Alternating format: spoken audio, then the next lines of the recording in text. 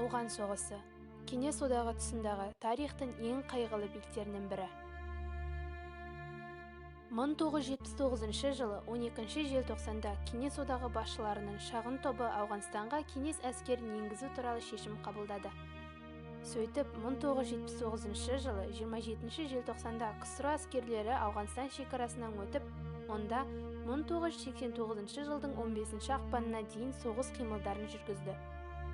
10 жылға жуық бөтен елдің мүддесін қорғаған Ауғанстан әскерлері құрамында Қазақстаннан 22.269 жауынгер интернационалдық міндетін атқарды.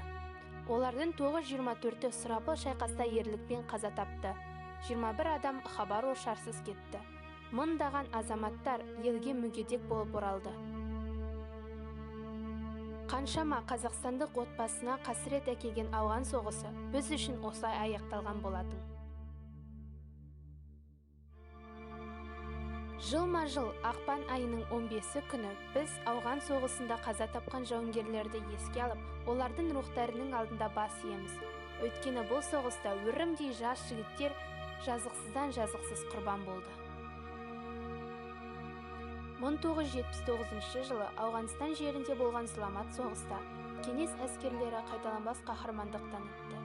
Мейлі өзге елде болсын, халықтың тыныштығын қалаған батырларымыздың басым бөлігі сол бір сұм жылдарда Майдан даласында қаза тапса, тағы бірі із-түзсіз жоғалып кетті.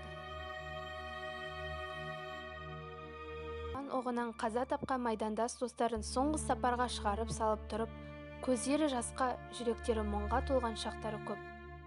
Сонда да ата-баба рухына дақ түсірмей, елге абыроймен оралды. Майдан даласында жан қиярлық пен қаһармандығы үшін 10 мыңдаған қазақстандық орден медальдармен марапатталды.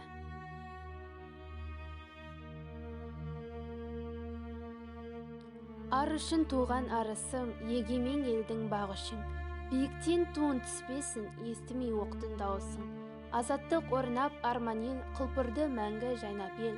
Байрағың басың емесің, ауғанда болған ардагер.